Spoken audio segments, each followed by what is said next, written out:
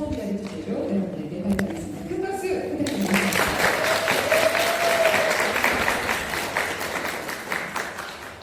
I know you can barely see, but I have a badge on my necktie, a camellia flower badge.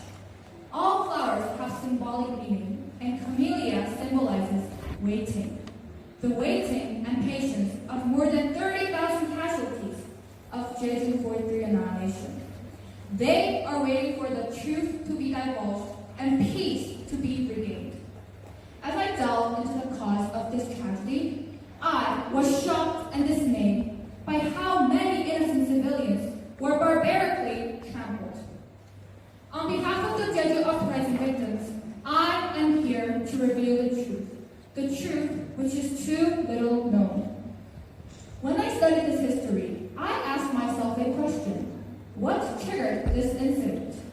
According to 43 Peace Foundation, the fundamental cause was the insurrection of the communist forces against the US-backed South Korean police and right-wing paramilitary groups during the establishment of Korea. In fact, the tensions began during the March for Celebration with an accidental collision between the horseshoe of the police officer's horse and a child. Because the police officer remained unsympathetic, many civilians threw rocks at him, which led the other officers to fire their guns at 6 innocent people. This, in turn, led to rising tensions within the Jeju Workers' Party, the Communist Party, and ultimately to police suppression.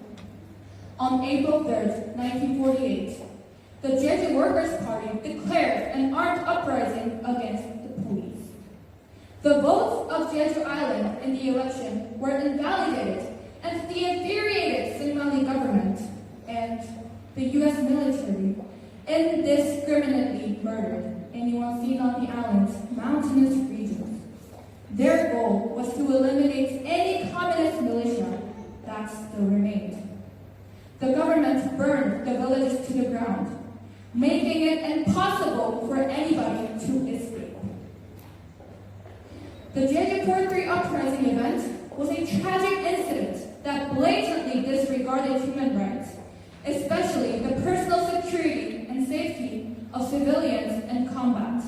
Massacre can never be justified. This violence was in the past, but even today, we in South Korea have no more pressing task than retaining peace in our nation. Peace needs not be unattainable. Conflict needs not be inevitable. Peace should be demanded and further regulated. We need to unite South Korea, no left or right wing. It is crucial that we build peace in South Korea by reducing the conflicts between the ideological rivalries. We must enforce nonviolence and ensure all people are respected. How?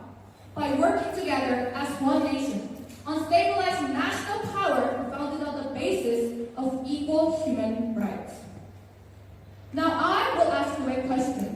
What can we learn from these past violent episodes?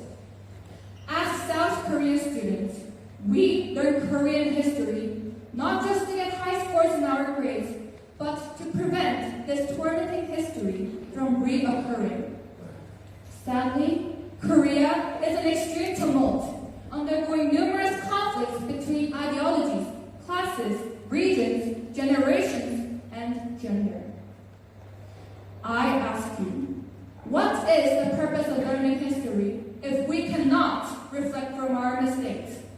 I am perturbed that our thick history textbook will become even thicker if new agonizing historical events are incessantly added. Why not full of negotiation, equity, human rights? My hope is that more and more people all over the world know about this incident. My hope is that needless violence will never happen again. Koreans have had more than enough of war, destruction, and abuse. Our actions matter and can bend history in the direction of human rights and peace. It is time for us to act. Thank you.